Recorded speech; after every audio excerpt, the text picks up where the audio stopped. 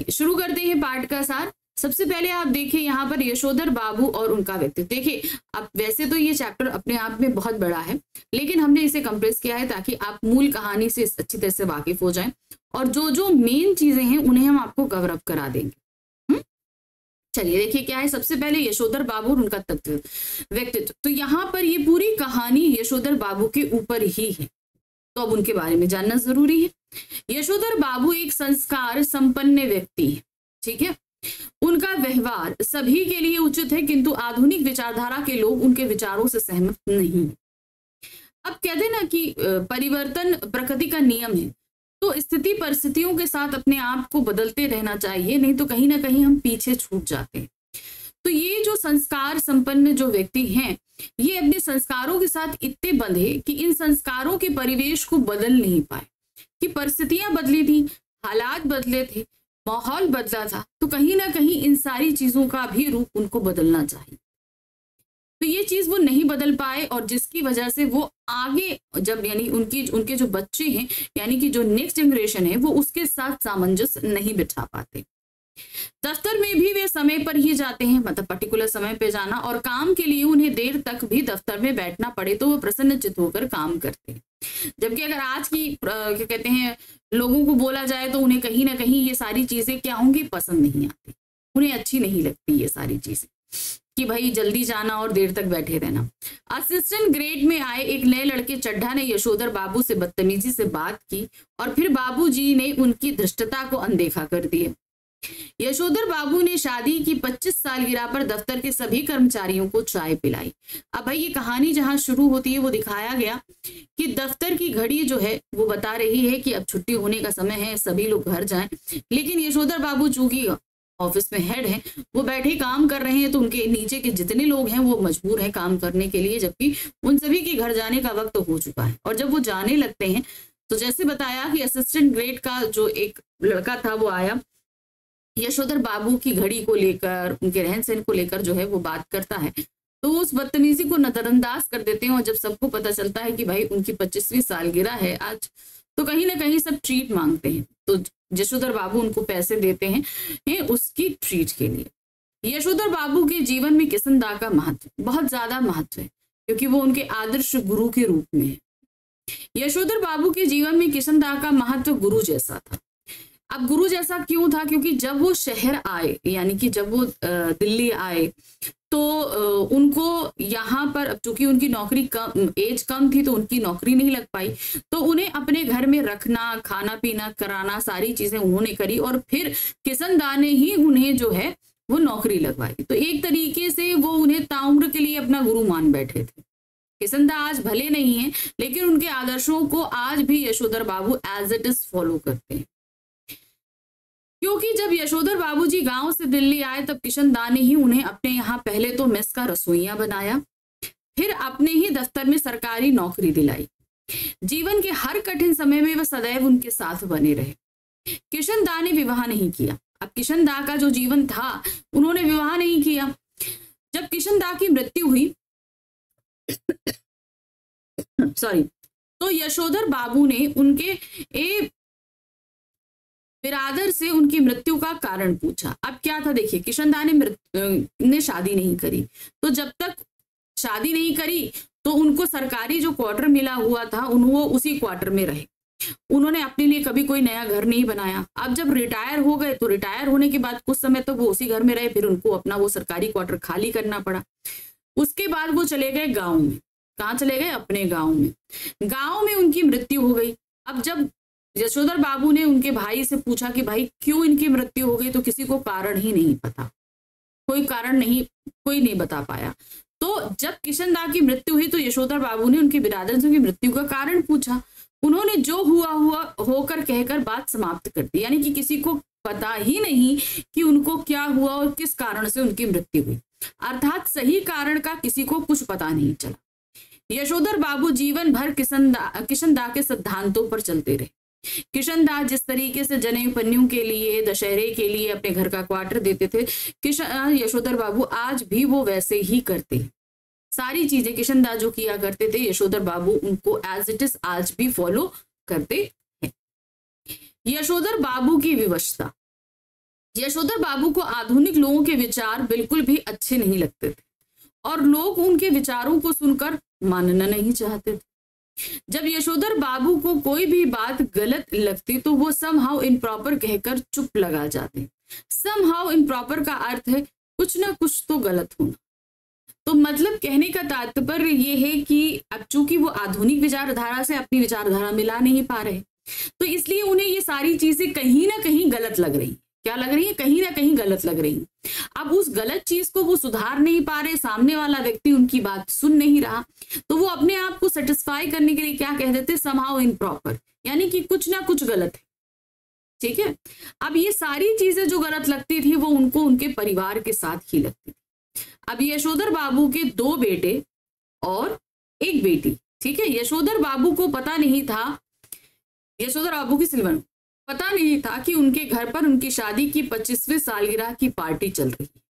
अब देखिए यशोधर बाबू दफ्तर से, कहानी कहाँ से शुरू हुई? दफ्तर से शुरू हुई। दफ्तर से जब वो निकले, फिर उसके बाद बिरला मंदिर गए, वहां सत्संग सुना, फिर उसके बाद उन्होंने सब्जी भाजी लेते लवाते वो जब घर पहुंचे तो घर पे देखा कि कुछ पार्टी चल रही है। कुछ लोगों को छोड़ने के लिए उनका बेटा बाहर आया हुआ है, तो वो कहीं ना कहीं छिप जाते हैं कि ये लोग सब चले जाएं तब अंदर हम जाएं। और यही हुआ कि जब पार्टी में थोड़े लोग चले गए तब यशोधर बाबू अंदर पहुंचते। अंदर बाबू थोड़े बहुत लोग मौजूद होते हैं, तो अब वो संध्या पूजा का बहाना करके अंदर चले जाते। वैसे तो संध्या पूजा 5-7 मिनट की होती है, लेकिन उस दिन तो वो बहुत देर तक संध्या पूजा करते रहे, सिर्फ इसलिए ताकि उन्हें उस पार्टी में शामिल ना होना पड़े, क्योंकि उन्हें कहीं ना कहीं ये पार्टी पसंद नहीं थी। तो यही हुआ। बाबूजी को पता नहीं था कि उनके घर पर उनकी शादी की 25वीं सालगिरह की पार्टी चल रही है। जब वो दफ्तर से घर पहुंचे, यशोधर बाबू पार्टी इत्यादि से प्रसन्न नहीं रहते थे, पर उन्हें इस बात की कहीं ना कहीं खुशी थी कि जिस अनाथ के जन्मदिन पर आज तक लड्डू भी नहीं आए, उसी की शादी की सालगिरह की पार्टी बहुत ही आधुनिक रिवाजों से मनाई जा रही थी। मतलब जिनका कभी बर्थडे नहीं मनाया जाता था, आज उनकी शादी की 25वीं सालगिरह बहुत ही धूमधाम से मनाई जा रही थी। उन्होंने ना चाहते हुए भी अपनी पत्नी के साथ पार्टी में केक काट ही दिया। उन्हें ये सारे ट्रेडिशन पसंद नहीं थे, लेकिन तब भी वो केक काटते हैं। उनके बड़े बेटे भूषण ने उन्हें ऊनी ड्रेस गाउन उपहार में दिया। अब क्या हुआ कि जब वो संध्या पूजा में बैठे, उन्हें बड़ा मतलब आइए चलिए बाबा चलिए, क्या कहते हैं, केक काटना है, सब करना है, तो उनको बड़ा बुलाया गया। तो वो आए, कंधे पे गमछा टांगे, उनकी बीवी ने गमछा हटाया, सब किया, केक काटा गया। केक काटने के बाद सभी ने उनको प्रेजेंट देना शुरू किया। तो उनके सबसे बड़े बेटे भूषण, जो कि एक विज्ञापन कंपनी में काम करता था और उसकी सैलरी जो है वो 1500 रुपये थी, तो वो उन्हें कहीं ना कहीं खटकती थी कि भाई जब आज यशोधर बाबू रिटायर होने वाले हैं, जितनी उनकी तनख्वाह है उतनी शुरुआत उनका लड़का उतनी सैलरी से कर रहा है, तो उन्हें कहीं ना कहीं लगता था कि कहीं ये कुछ गलत तो नहीं कर रहा है। और दूसरी चीज, वो सारा पैसा अपने पास रखता, अपने पापा को कुछ भी नहीं देता।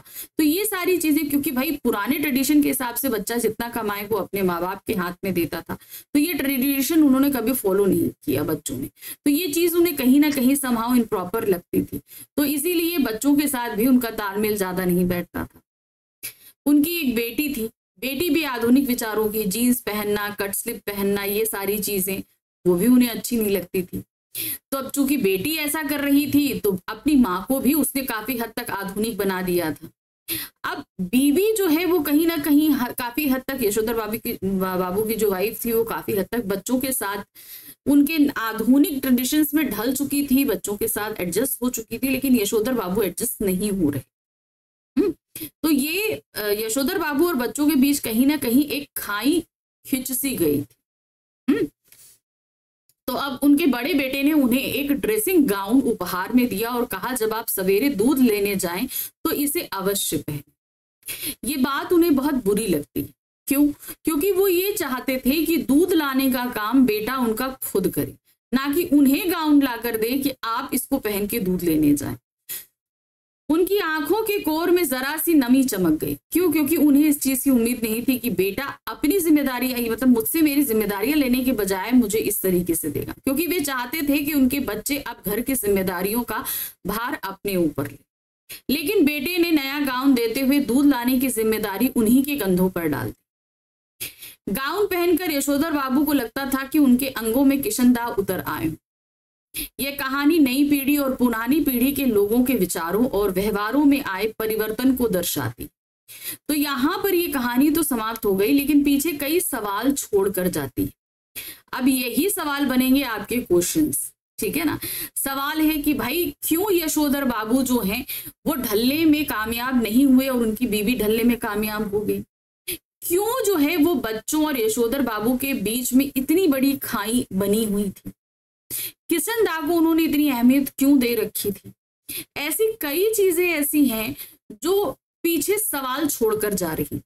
तो इन सवालों के जवाब हमको मिलेंगे कहाँ, जब हम करेंगे इसी चैप्टर के क्वेश्चन आंसर्स।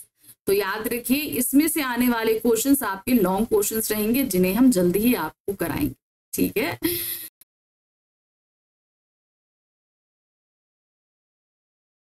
झलकता है। तो चलिए शुरू करते हैं पाठ का सार। पाठ को हमने यहाँ पर थोड़ा सा छोटा करके आपके सामने सारी इंपॉर्टेंट चीजें प्रस्तुत कर दी। आनंदा और उसका परिवार। अब कहानी चूंकि हमारे लेखक के आसपास ही घूमती है तो उनके परिवार के साथ ही कहानी शुरू हुई। आनंदा के परिवार में उसके दादा यानी कि पिता और माँ रहते। आनंदा अपने पढ़ने की बात अपने दादा से नहीं कर सकता क्योंकि उसके पिता अच्छे आचरण वाले नहीं होने के साथ साथ अत्यधिक गुस्से वाले भी हैं। वो अपने बाप से बहुत डरता है। पहली बात तो ये है, क्यों? क्योंकि भाई वो बहुत गुस्सा करते हैं और उनका आचरण भी अच्छा नहीं। दादा सारा दिन गांव भर में घूमते हैं और रखमा बाई के कोठे पर भी जाते हैं। जैसा हमने बताया कि उनके पिताजी का जो व्यक्तित्व है, जो चाल चलन है, वो अच्छा नहीं। वो अपने परिवार को छोड़कर, घर के सारे कामकाज को छोड़कर वो क्या करते रहते हैं, गांव भर में घूमते रहते हैं और रखमा बाई है उसके कोठे पर रहते हैं। तो खेती बाड़ी का काम संभालने के लिए वो अपने बेटे की पढ़ाई उन्होंने छुड़वा दी है। उसे घर पर कर दिया है कि भाई तुम गाँव खेती बाड़ी का काम संभालो, तुम और तुम्हारी माँ, और मैं पूरा दिन घूमूंगा। वे घर गृहस्थी के किसी भी काम में हाथ नहीं बटाते थे और खेत का सारा काम भी आनंदा से ही करवाते थे, यानी कि अपने बेटे से। यही कारण था कि वे आनंदा को पाठशाला नहीं भेजना चाहते थे। उन्होंने 5वीं में जब दाखिला लिया था ना आनंदा ने, तब उनकी जो है क्लास पाठशाला छुड़वा दी थी और उनको घर पे बैठा लिया था। दूसरी तरफ आनंदा की माँ चाहती थी कि उसका बेटा 7वीं कक्षा तक अवश्य पढ़े, क्योंकि माँ जानती थी कि खेती बाड़ी में इतना पैसा नहीं होता कि जिससे भविष्य बन पाए। इसलिए वो ये चाहती थी कि बेटा आगे पढ़े। लेकिन बच्चा जो है सिर्फ 5वीं तक ही पढ़ पाया। लेकिन दादा के आगे उसकी एक नहीं चलती थी। मतलब चूंकि पिताजी इतने ज्यादा गुस्से वाले थे कि उनके आगे माँ की भी नहीं चलती थी। आनंदा और उसकी माँ ने दत्ताजी राव के पास जाने की सोची। दत्ताजी राव पूरे गांव के बहुत ही सम्माननीय व्यक्ति थे, तो जिनकी बात पूरा गांव बहुत ही खुशी खुशी मानता था। तो इसलिए माँ ने और बेटे ने प्लान किया कि अगर हमें पढ़ाई शुरू करनी है तो इसके लिए हमें दत्ताजी राव से मिलना चाहिए, क्योंकि वे ही पाठशाला जाने के लिए दादा को समझाकर राजी कर सकते हैं।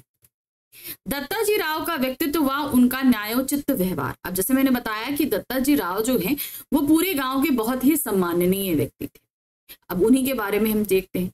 दत्ताजी राव देसाई गांव के एक प्रभावशाली व्यक्ति हैं। उन्होंने आनंदा और उसकी माँ को सारी बातें ध्यानपूर्वक सुनकर कहा कि दादा को मेरे पास भेजना। अब जब आनंदा और उनकी माँ दत्ताजी राव के पास जाते हैं और वो सारी बात बता देते हैं कि भाई मेरी पढ़ाई छुड़ा दी गई है, मुझे घर का खेती का काम करने के लिए पिताजी पूरा दिन इधर जाते हैं, रखमाबाई के यहाँ जाते हैं। सारी बातें जो हैं माँ बेटे ने जो है दत्ताजी राव को बता दी। दत्ताजी राव ने कहा कि ठीक है, शाम को जब दादा घर आए तो उन्हें मेरे पास भेजना। राव साहब, अब ये सारी चीजें तो हो गई, लेकिन उन्होंने माँ बेटे ने साथ में दत्ताजी राव से ये भी कहा कि किसी भी तरीके से दादा को ये पता नहीं चलना चाहिए कि हम लोग यहाँ पे आए थे, क्योंकि अगर उन्हें ये पता चला तो घर में भाई बहुत उपद्रव होगा। इसलिए ये चीज उन्होंने दत्ताजी राव से कही थी। राव साहब भी चाहते थे कि आनंदा पढ़ लिखकर एक शिक्षित व्यक्ति बने, क्योंकि दत्ताजी राव जानते थे कि खेती बाड़ी में इतनी अर्निंग नहीं होती है कि किसी का भविष्य बन सके। वे जानते थे वर्तमान युग में पढ़ाई का कितना अधिक महत्व। जब अब क्या हुआ कि उन लोगों ने कहा कि जैसे ही दादा शाम को घर पहुंचे तो उन्होंने बताया गया कि दत्ताजी राव ने जो है वो बुलाया है। अब इन लोगों ने पहले से प्लानिंग कर ली थी कि जब दादा घर आए तो उसके 5 मिनट बाद तुम दादा को खाने के लिए बुलाने के लिए चले आना। कौन? आनंदा। ये दत्ताजी राव ने बोला था। तो अब यही हुआ, भाई दादा घर आए, सभी ने बोला कि जाइए आपको बुलाया गया है। वो दादा चले जाते हैं दत्ताजी राव से मिलने। 5-7 मिनट बाद जो है आनंदा जो है वो दत्ताजी राव के यहाँ पहुंचता है कि दादा खाना तैयार है, चलिए खाना खा लीजिए। जब दादा उनके पास आए तो उन्होंने बहुत धमकाया और कहा कि तेरी ओर से पाठशाला भेजने में कोई बाधा नहीं होनी चाहिए। अब यहाँ क्या हुआ कि जैसे ही आनंदा पहुंचे वहां तो दत्ताजी राव ने पूछा कि हाँ भाई बताओ तुम कहाँ पढ़ते हो, क्या कर रहे हो, क्यों नहीं? तो बच्चा था, उसने सीधे से बता दिया कि भाई मेरी पढ़ाई छुड़ा दी गई है। ये वो सारी बातें जब इस तरीके से सामने आई तो तुरंत दत्ताजी राव ने जो है दादा से बोला कि इसकी पढ़ाई शुरू कराओ। उसने बोला कि ये पढ़ाई ये जो है चोरी करता है, पिक्चर देखने जाता है पैसे चुरा के। तो उन्होंने कहा कि भाई चोरी कैसे करता है, पैसे लेकर जा रहा है वो, भाई बच्चा हर समय काम तो नहीं कर सकता, उसे भी मस्ती करनी होती है। तो इस तरीके से दत्ताजी राव ने उन्हें बहुत धमकाया और कहा कि इसकी पढ़ाई शुरू करवाओ। और हाँ, आनंदा से कहा कि अगर ये तुम्हें नहीं भेजते हैं तो तुम फिर से मेरे पास आओ। लेकिन पढ़ाई शुरू कराने के लिए दादा ने 3 शर्तें जो हैं वो आनंदा के सामने रखी थी। चलिए देखें, यदि वह पढ़ा सकने में असमर्थ है तो स्वयं भी आनंदा को पाठशाला भेज देंगे। उन्होंने साथ में ये भी कहा कि अगर दादा तुम पढ़ाने में असमर्थ हो तो आनंदा की पढ़ाई का खर्चा मैं उठाऊंगा। ये दत्ताजी राव ने बोला। दत्ताजी राव का व्यवहार आधुनिक युग के अनुसार बहुत ही उत्तम श्रेणी का था। आनंदा और उसका पाठशाला संबंधी अनुभव। आनंदा के सामने जैसे मैंने बताया कि दादा राजी तो हो गए कि पाठशाला भेजेंगे, लेकिन उन्होंने 3 शर्तें रखी। पहली चीज, स्कूल जाने से पहले खेत का काम करोगे, स्कूल से लौट के आओगे जानवरों को चराने के लिए लेकर जाओगे, दूसरा, और तीसरा, जिस दिन खेत पे ज्यादा काम होगा उस दिन पाठशाला से छुट्टी लो। आनंदा ये तीनों शर्तों को मान लेता है और इसका स्कूल जाना शुरू हो जाता है। आनंदा जब पहले दिन पाठशाला गया तो उसकी खुशी का ठिकाना ना था। उसे 5वीं कक्षा में ही दोबारा जाकर बैठना पड़ा क्योंकि उससे पहले ये कक्षा उत्तीर्ण नहीं की थी। जैसे मैंने बताया ना कि 5th में पहुंचे थे और दादा ने पढ़ाई छुड़वा दी थी, तो इसलिए दोबारा जाकर अब उसके जो जितने जान पहचान के जितने फ्रेंड्स थे वो तो आगे चले गए। तो अब 5th क्लास में जितने बच्चे थे वो सब नए थे। चौहान नामक एक नए लड़के ने उसकी मटमैली धोती और गमछे को लेकर मजाक उड़ाया। अब चूंकि जैसे वो पहुंचा धोती पहन के तो बच्चे जैसे रैगिंग होते ना, मजाक करते हैं नए को देखकर, वही हुआ, जिसके कारण आनंदा का मन बहुत दुखी हो गया। पहले दिन उसने सोचा कि वह अब पाठशाला नहीं जाएगा, तो उसका पाठशाला का पहला दिन बहुत ही बुरा रहा, जिसकी वजह से उसने मन बनाया कि अब मैं जो है पाठशाला नहीं जाऊंगा। लेकिन नहीं, किंतु फिर भी उसने दृढ़ निश्चय किया कि वो पाठशाला अवश्य जाएगा क्योंकि वह बचपन से ही मुश्किलों का सामना करता आया था। वो मन बना लेता है और इतना सब कुछ होने के बाद भी वो पाठशाला जाना शुरू कर देता है। बसंत पाटिल नाम का एक बहुत होशियार लड़का आनंदा का मित्र बन गया। उस पूरे कक्षा में एक बहुत ही होशियार बच्चा था बसंत पाटिल, वो उसका मित्र बन जाता है क्योंकि कहते हैं ना संगत बहुत कुछ सिखाती है। तो बसंत पाटिल के साथ रहकर उन्होंने अपने आप को और निखारने के लिए जो है कोशिश करी। आनंदा बसंत को देखकर पढ़ाई में भी मन लगाने लगा और अखबारी कागज के कवर में भी अपनी किताबों पर चढ़ाने लगा। तो बुक्स को कवर करने के लिए न्यूज़पेपर लेता, उसको अपनी बुक्स को कवर करने लगा। और बसंत पाटिल जिस तरीके से पढ़ाई में मन लगाता था उसी तरीके से आनंदा का भी मन साथ साथ में लगने लगा। अब उसे भी कक्षा में शाबाशी मिलने किसी आनंदा, क्योंकि भाई अच्छा पढ़ोगे तो टीचर शाबाशी देंगे। यही हुआ कि टीचर्स उनको शाबाशी देने लगे। उसे पाठशाला जाने में अब आनंद आने लगा था। क्या आने लगा था? आनंद, यानी कि उसको मजा आने लगा था पाठशाला जाने में। अब आते हैं आनंदा पर सौंदगेलकर जी का प्रभाव। अभी इनके मराठी के टीचर थे सौंदगेलकर के, उनका प्रभाव काफी, क्योंकि उन्हीं की वजह से ये एक अच्छे कवि भी बन पाए। श्री सौंदगेलकर जी मराठी अध्यापक थे। वे कक्षा में कविता बहुत ही आनंद के साथ गाकर पढ़ाते थे। अब चूंकि मराठी था और साथ ही साथ उनके जो कविता वाचन का तरीका था वो बहुत ही प्रभावी था। गाने की वजह से लोगों को, बच्चों को ये सारी चीजें बहुत अच्छी लगती थी और बच्चे मजा भी लेते थे। सुनने वाले भी मुग्ध होकर सुनते थे। उनके पास ही सुरीला गला, छंद की बढ़िया चाल और रसिकता। आनंदा को उनकी कविताएं इतनी अच्छी लगती कि जब वह पाठशाला के बाद खेत में काम करने जाता तो हर समय उन्हें गुनगुनाता रहता, वो सारी कविताएं वो गुनगुनाता रहता, जिसके कारण कविता में उसकी रुचि दिन प्रतिदिन बढ़ती जा रही। सौंदगेलकर जी भी अब उसे विशेष रूप से सिखाने लग गए और वे आनंदा की प्रशंसा भी करने लगे। जब उन्होंने देखा कि भाई इस बच्चे को कविता वाचन और लेखन में इतना इंटरेस्ट है, तो वो आनंदा की हेल्प करने लगे कि ठीक है भाई, ऐसे कविता लिखो, वैसे लिखो, इस तरीके से। श्री सौंदगेलकर जी से ही प्रेरणा लेकर आनंदा स्वयं भी कविता रचने लगे और उसे अपने गुरुजी को दिखाता। अब चूंकि उन्होंने सिखाया तो ये क्या करते थे, जैसे भैंस को चरा रहे हैं तो भैंस की पीठ पे लिख देते थे, पत्थरों पे लिखते थे। अकेले में जब भैंसों को चराने या ढोर जानवरों को चढ़ाने जाते थे तो खुद भी वाचन करते रहते थे। तो धीरे धीरे इनको लिखना आ गया और जब ये लिखते तो सौंदगेलकर जी को फिर से दिखाते कि भाई हमने ये कविता लिखी, जिससे कविता में जो कमी हो वे उन्हें ठीक कर सके। इसी कारण आनंदा श्री सौंदगेलकर जी से बहुत ही निकट आ गया था। तो एक तरीके से सौंदगेलकर जी ने उनको पढ़ाना, एक अच्छी तरीके से कविता लिखने का जो ज्ञान होता है वो दिया। आनंदा और उसकी लगन। अब चूंकि सिखाने वाले तो बहुत मिल जाते हैं, लेकिन बच्चा अगर खुद लगन में ना हो तो ये सारी चीजें करना थोड़ा मुश्किल हो जाता है।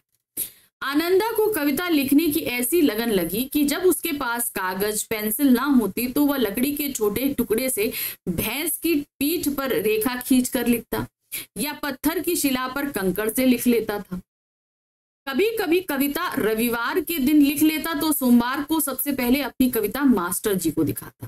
तो इस तरीके से एक लगन जो है वो उनके अंदर डेवलप हो चुकी थी, जिसके कारण वो उन्होंने बहुत मन लगाकर पढ़ना करना शुरू कर दिया था। यदि वह सोमवार का इंतजार नहीं कर पाता तो रात को ही सौंदगेलकर जी मास्टर जी के घर जाकर कविता दिखा देता था। तो मतलब ये बच्चे की लगन थी। इसी कारण आनंदा की मराठी भाषा में भी सुधार आया और अब अलंकार, छंद, लय आदि की सुश्रुता को समझने लगा। यानी कि कविता लेखन के लिए जो बारीकियां होती हैं, अब आनंदा को वो सारी चीजें समझ में धीरे धीरे आने लगी थी। कविता की लगन ने उसे ऐसी लगी कि अब उसके मन में कोई ना कोई मधुर गीत बजता ही रहता था। तो ये था हमारी उस आत्मकथ्यात्मक जूझ उपन्यास का एक छोटा सा अंश, जहां पर उन्होंने संघर्ष करके अपनी पढ़ाई शुरू करी। संघर्ष करते हुए और लगन के साथ ही उन्होंने कविता लेखन और वाचन भी किया और धीरे धीरे चलकर आगे देखिए काफी बड़े जो है वो साहित्यकार भी ये बने।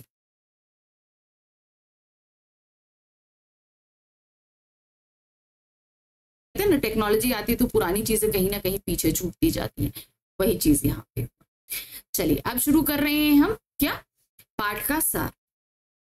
सबसे पहले सिंधु सभ्यता का केंद्र। अब सिंधु घाटी सभ्यता का जो रही उसमें दो चीज रही, दो सिटी थे, एक हड़प्पा और एक मोहनजोदाड़ो।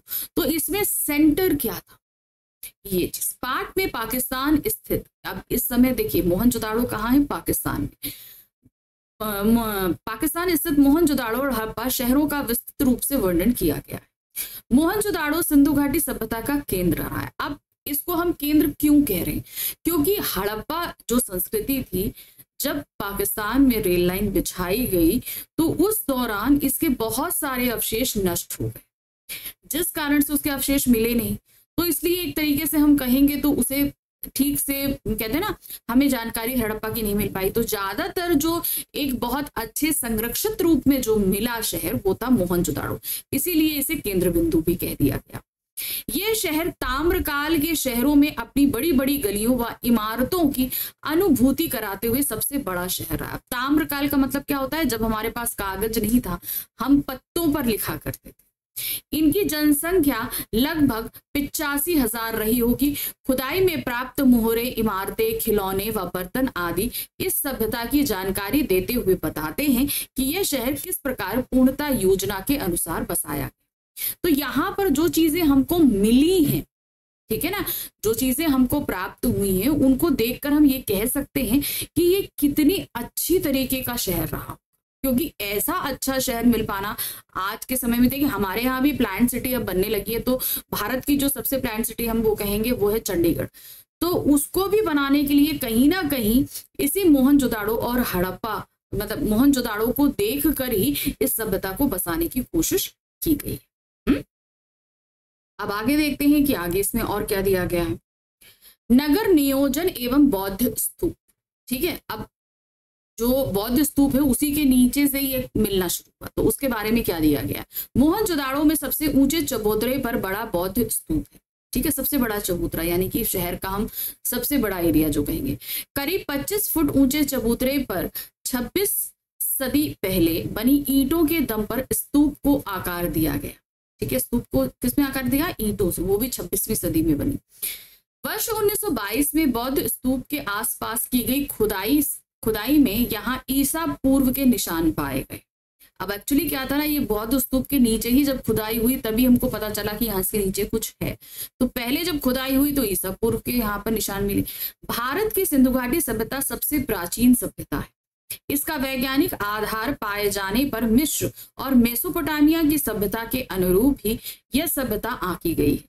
तो जब ये अवशेष मिले गए ना, तो अभी तक के जो सबसे पुरानी सभ्यता थी कहाँ की, मिस्र और मेसोपोटामिया की, जब उनके साथ वैल्युएट किया गया तो ये सभ्यता यानी कि सिंधु घाटी सभ्यता ज्यादा पुरानी सभ्यता निकली। यह शहर भारत का लैंडस्केप है क्योंकि इस शहर को बनाने व यथार्थ स्वरूप देने का कार्य पूर्व नियोजित व्यवस्था के अनुसार एक संपूर्ण प्रणाली के अनुरूप किया गया। अब इन्होंने कहा ना कि ये शहर, यहाँ पर लोग कहते हैं ना, मोस्टली क्या होता है, लोग आते हैं, बसते जाते हैं और शहर बनता जाता है, यही होता है। लेकिन जिस तरीके से ये शहर बनाया गया, पहले इस शहर को पूरी तरीके से बनाया गया कि भाई यहाँ मंदिर होगा, यहाँ स्नानागार होगा, यहाँ पर कुंड होंगे, यहाँ पे लोगों के रहने की जगह होगी, यहाँ पे निम्न दर्जे के लोग रहेंगे, यहाँ उच्च दर्जे के लोग रहेंगे। पूरी चीज प्लान करी गई, पूरी सिटी को बनाया गया, फिर लोग आकर यहाँ पर रहे। ठीक है ना, यही चीज उन्होंने बोली कि नियोजित व्यवस्था के अनुसार एक संपूर्ण प्रणाली के अनुरूप किया गया है, पूरा यहाँ पर डेवलप किया गया, फिर उसके बाद लोगों को यहाँ पर ठहराया गया। आधुनिक योजनाएं जो आजकल के शहरों को व्यवस्थित करने के लिए बनाई जाती हैं, वे सिंधु सभ्यता के शहरों के बराबर नहीं है। यानी देखिए, इतनी पुरानी सभ्यता जो पूरी अच्छी तरीके से बनी थी, मगर आज की हम अगर नगर व्यवस्थाएं देख लें तो वैसी बिल्कुल भी नहीं है। इस शहर के दक्षिण में कुछ कामगारों की बस्तियां हैं। ठीक है, अब आते हैं संपर्क वर्ग की बस्तियां। तो ये तो बता दिया कि कामगारों की बस्ती है। संपर्क वर्ग की बस्तियां, या संपर्क मतलब जो धनी वर्ग, एक तरीके से जो संपन्न है, जिनके पास सब कुछ है, उस वर्ग की बस्तियां कहाँ पर। इस सभ्यता की सबसे सुंदर व्यवस्था यह थी कि समाज को विकसित करने के लिए कार्य करती थी। यानी कि समाज, जो लोग निम्न दर्जे के हैं उनके लिए आप काम करिए, डेवलपमेंट के ऊपर काम करती थी। यह सभ्यता सबसे सुंदर थी और पूर्णतः विकसित होने के कारण आज भी हम उस सभ्यता के उदाहरण देते हैं। ठीक है, अब देखिए, कोई चीज अच्छी होगी तभी तो हम उसको एज एग्जाम्पल यूज करेंगे ना। तो मोहनजोदाड़ो की सभ्यता में भाई उसका कोई शिलालेख या लिखित रूप में हमें कुछ नहीं मिला। जो मिला वह खुदाई के दौरान मिला, और जो कुछ मिला वो इतना अच्छा था कि उस समय की लोगों के रहन सहन, खान पीन, उनकी सोच, सब चीज को रिफ्लेक्ट करती थी। और वो रिफ्लेक्शन इतना उम्दा था कि उसे आज एज एग्जाम्पल लिया जाता है। स्तूप वाले चबूतरे के पीछे गढ़ है। ठीक है, क्या है गढ़? गढ़ मतलब जो बड़े घर होते हैं। ठीक सामने उच्च वर्ग की बस्तियां हैं। गढ़ का मतलब क्या हो गया कि मतलब जो एक राजा होता है, एक हेड होता है ना, जो उस तरीके से वो हेड का एक था। और उस चबूतरे के ठीक सामने उच्च वर्ग की बस्तियां हैं। उसके पीछे 5 किलोमीटर दूर सिंधु नदी बहती। अब मान लीजिए जो बौद्ध स्तूप है वो सेंटर है। अब सेंटर के ठीक सामने कौन हुआ? उच्च वर्ग की बस्ती। अब उच्च वर्ग से और 5 किलोमीटर पीछे चले जाओ तो वहां बहती है सिंधु नदी। दक्षिण की ओर पूरे घूमने पर यहाँ खंडर दिखाई देते हैं। अब जाहिर सी बात है, खंडर अभी इतनी पुरानी सभ्यता है तो टूटती तो है ही है। अवशेष अच्छे जरूर है लेकिन जो है टूट फूट में। यहाँ टूटे फूटे घरों का जमघट है। शायद यह कामगारों की बस्तियां रही होंगी, परंतु निम्न वर्ग की बस्तियां इतनी मजबूत नहीं बनी। तो मतलब क्या है? उच्च वर्ग की बस्तियां मजबूत थी जिनके अवशेष आज भी हैं, निम्न वर्ग की नहीं मिलती है। परंतु निम्न वर्ग की बस्तियां इतनी मजबूत नहीं होंगी जो 5000 सालों तक टिक सके। इस सभ्यता में संपन्न वर्ग की बस्तियां पाई गई जो पूर्णता तो नहीं फिर भी अपनी उच्चतम उच्चता का प्रमाण आज भी दे रही है। तो कहने का मतलब है निम्न वर्ग की बस्तियां नहीं मिली, शायद वो इतनी मजबूत नहीं थी कि 5000 साल तक आज के समय तक टिक पाती, वो डिस्ट्रॉय हो गई। लेकिन उच्च वर्ग की बस्तियां इतनी तो अच्छी बनी थी कि उनके अवशेष आज पाए जाते हैं और उनको देख के पता चलता है कि उस समय के लोगों की उच्चता यानी कि उनका रहन सहन किस तरीके का था। अब आ जाते हैं सबसे महत्वपूर्ण चीज जिस पर आपसे प्रश्न 100% पूछा जाएगा, वो है महाकुंड। ठीक है, तो जरा ध्यान से इसको पढ़िएगा। महाकुंड तथा सामुदायिक केंद्र। यहाँ पर पक्की ईंटों का एक कुंड है जिसमें पानी की निकासी का उचित प्रबंध किया गया। अब देखिए कुंड क्या होता है, कुंड होता है किसी जगह को खोद कर नीचे के लिए बनाया गया। अब उस जगह से ड्रेनेज सिस्टम कितना अच्छा होगा, देखिए पानी निकालने की भी सिस्टम बड़ा अच्छा है। सामुदायिक केंद्र जैसा एक सभा भवन इसके दक्षिण में स्थित है जो 20 खंभों पर आधारित है।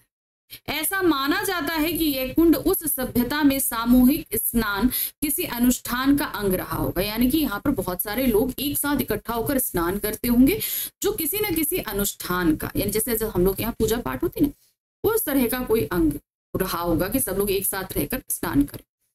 यह 25 फुट चौड़ा और 7 फुट गहरा है।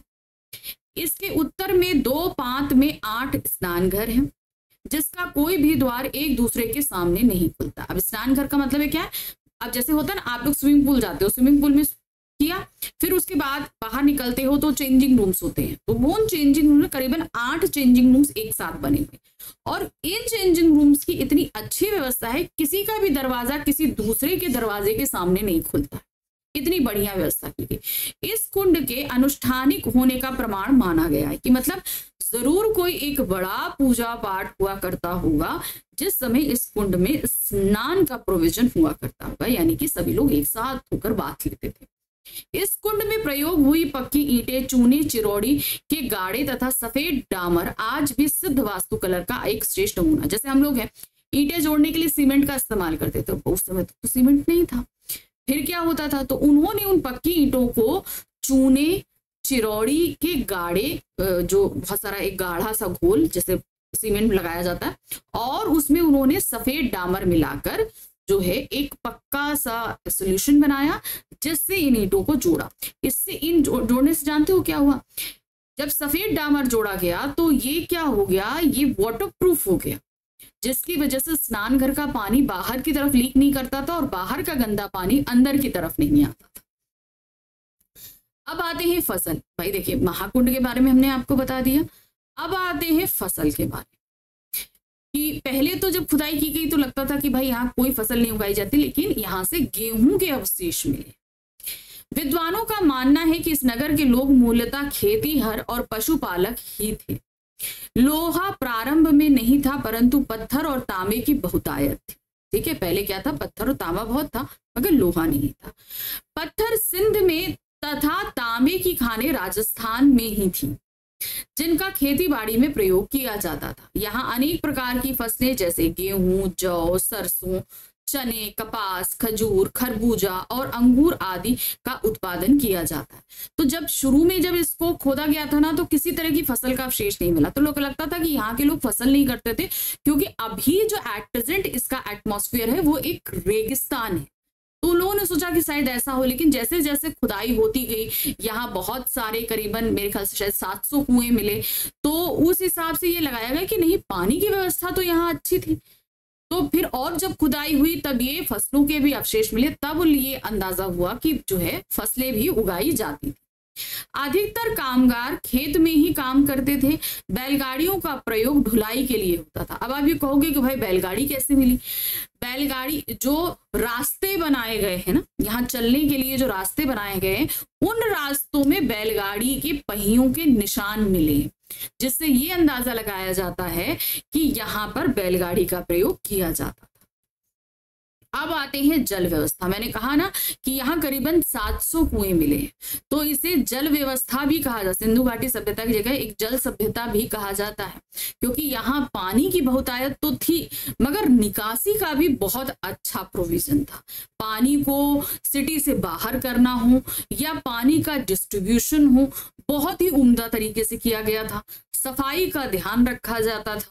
पानी की निकासी के उचित प्रबंध के कारण किसी भी रूप में यहाँ बीमारी का प्रकोप अधिक नहीं हो सकता था, क्योंकि नालियां आदि उचित रूप में ढकी हुई हैं। जैसे हम लोग अक्सर देते हैं ना, शहरों में आजकल भी हम लोग के शहरों में क्या है, नाले वगैरह खुले रहते हैं। खुले रहने की वजह से बाहर की गंदगी उसमें पड़ती है, जैसे वो चोक होता है, फिर जो गंदगी बहती है उससे भी बहुत ज्यादा इन्फेक्शन होने के डर रहते हैं। लेकिन आज से 5000 साल पहले की ये सभ्यता में जितनी भी नालियां थी वो पूर्ण रूप से ढकी पाई गई, और निकासी की व्यवस्था इतनी अच्छी कि जैसे आपके घर से पानी निकल रहा है तो वो एक छोटे से हौज में आएगा, फिर हौज से एक बड़ी नाली जाएगी, जो फिर एक हौज में जाएगा, और फिर उसका प्रबंध पूरी तरीके से शहर से बाहर किया जाता है। घरों के भीतर से पानी या मैला की नालियां बाहर हौदी तक आती थी। मैंने कहा ना, घर के पानी की जो होती थी नालियां क्या एक हौदी तक आती थी, और फिर नालियों के साथ जुड़ जाती थी। वो हौदी भी क्या होती थी, बाहर बड़ी नालियों से जुड़ती थी। ये नालियां अधिकतर बंद होती थी, खुली नालियां नहीं होती थी, क्योंकि जाहिर सी बात है घर से निकलने वाला पानी गंदा ही पानी होगा। यहाँ पर कुओं का प्रबंध आवश्यकता के अनुसार उचित रूप में किया गया है, जिनकी संख्या 700 के लगभग है। मतलब पानी की तो इतनी उम्दा व्यवस्था थी, किसी एक शहर में 700 कुओं होने का मतलब आप जानते हो कि कितनी तादाद में यहाँ पर पानी का प्रबंध था। जब पानी इतनी अच्छी तादाद में मिल रहा है तो घर से निकलने वाले पानी का भी अच्छा प्रबंध था। इसीलिए इसको जल संस्कृति भी कहा गया। अब आते हैं अजायब घर। अब ये खुदाई तो हो गई, लेकिन इससे निकलने वाला जो सामान है वो इसके पास ही, जो ये मोहनजोदाड़ो जो सिटी जो खोदी गई, इसी के पास एक अजायब घर बनाया गया, मतलब म्यूजियम बनाया गया। मोहनजोदाड़ो में स्थित सबसे इससे संबंधित अजायब घर छोटा ही है, जैसे वह किसी कस्बाई स्कूल की इमारत। ठीक है, ज्यादा छोटा नहीं है। यहाँ अधिक सामान नहीं है। अहम चीजें कराची, लाहौर, दिल्ली और लंदन में। बात यह है कि जब इसकी खुदाई शुरू हुई तो उस समय हमारे देश में अंग्रेजों का प्रभाव था, पाकिस्तान बना नहीं था। तो जब ये खुदाई हुई तो जो बहुत ही अच्छे अच्छे हालात में सामान निकला वो लंदन चला गया। फिर उसी के पास, अब चूंकि ये जिस एरिया में था वहां पे पास कराची था, लाहौर था, इन सब जगहों पर रखा गया। फिर जब हमारा क्या कहते हैं बंटवारा हो गया तो वो हिस्सा चला गया पाकिस्तान में। तो जो म्यूजियम जो उस समय इंडिया में थे वो भी पाकिस्तान में चले गए। तो इस तरीके से अधिकतर सामान कहाँ है इस समय, पाकिस्तान में ही है। काला पड़ गया। अब जो ये आपके ये ना जितना सामान है ये इन अजायब घरों में रखा है। इन अजायब घरों में है क्या चीज, देखिए। काला पड़ गया गेहूं, तांबे और कांसे के बर्तन, मोहरे, चाक पर बने विशाल मृगभांड, उन पर काले भूरे चित्र, चौपड़ की गोटियां, तांबे का आईना, मतलब मिरर भी जो होता था वो पूरी तरीके से नक्काशी किया होता था, पूरा तांबे का, और पत्थर के औजार आदि के बारे में अली नवाज बताता है। अली नवाज यानी कि उनके जो गाइड थे। यहाँ पर सोने के गहने भी थे, लेकिन वे चोरी हो गए। अजायब घर में प्रदर्शित चीजों में औजार तो हैं पर हथियार नहीं। औजार का मतलब है जैसे मिट्टी खोदने के लिए फावड़ा है, हसिया है, ये सब चीजें। हथियार नहीं मिले। हथियार जैसे तलवार है, आपका कृपाण होती है, चाकू होती है, और आपके भाले होते हैं, धनुष बाण होता है, इस तरह के हथियार नहीं मिले। काम करने के लिए जितने औजार की जरूरत होती है वो सब मिले।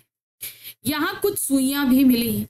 सुइयों के अलावा हाथी दांत और तांबे के सुए मिले। सुई मतलब बहुत पतली होती है, सुए मतलब थोड़ा मोटे सुइयां, जो बड़ी बड़ी और मोटी सुइयां होती है उन्हें सुए कहते हैं। नर्तकी और दुशाला ओढ़े दाढ़ी वाले नरेश की मूर्ति भी मिली है, जिन्हें क्या कहा जाता है, याजक नरेश। जो दाढ़ी वाले नरेश की मूर्ति मिली है ना, उसे क्या कहते हैं, याजक नरेश। लेकिन इसका प्रमाण मिलना अब मुश्किल है, क्योंकि सिंधु नदी के पानी में से खुदाई के स्थान तक दलदल की समस्या उत्पन्न हो गई है, जिससे खुदाई को अब बंद करना पड़ा। अब क्या भाई, खुदाई कर तो हम रहे थे, अब चूंकि बगल में ही सिंधु नदी बहती है तो क्या हुआ कि उससे दलदल बन गया। अब जहां तक खोदा जा सकता था वहां तक खुदाई हो, और उसके बाद वो खुदाई बंद करनी पड़ी। लेखक ने इस सभ्यता के इतिहास को इतने सुंदर रूप में वर्णित किया है जैसे मोहनजोदाड़ो सभ्यता उनकी जानी पहचानी सी। तो इस सभ्यता को उन्होंने बहुत खूबसूरती से वर्णित किया। इवन वो बताते हैं ना कि इनकी दीवारों पर अगर हम पीठ लगाकर खड़े हो जाएं तो आज भी बैलगाड़ियों के आने जाने की आवाज उन्हें स्वतः ही सुनाई देती है। तो मतलब उन्होंने इस तरीके से इस लेख को लिखा है कि हमारे सामने उसे जीवंत किया है। ठीक है, तो ये हमारा अध्याय था अतीत में दबे पांव, और इसी के साथ खत्म हो गई है हमारी जो ये पुस्तक है। तो एक्सप्लेनेशन का काम तो हमारा खत्म हो गया, लेकिन अभी भी बहुत कुछ बाकी है। अब हम शुरू करेंगे अपने एमसीक्यूज की सीरीज, ठीक है। तो इसके बाद अब हम शुरू करेंगे, एमसीक्यूज लेकर आ रहे हैं तो उनको भी आप ध्यान से देखिएगा।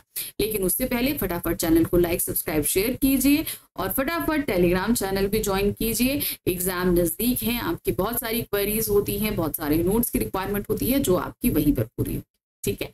चलिए मिलते हैं आगे अपने एमसीक्यूज की सीरीज को शुरू करने के साथ। Thank you for watching, bye bye.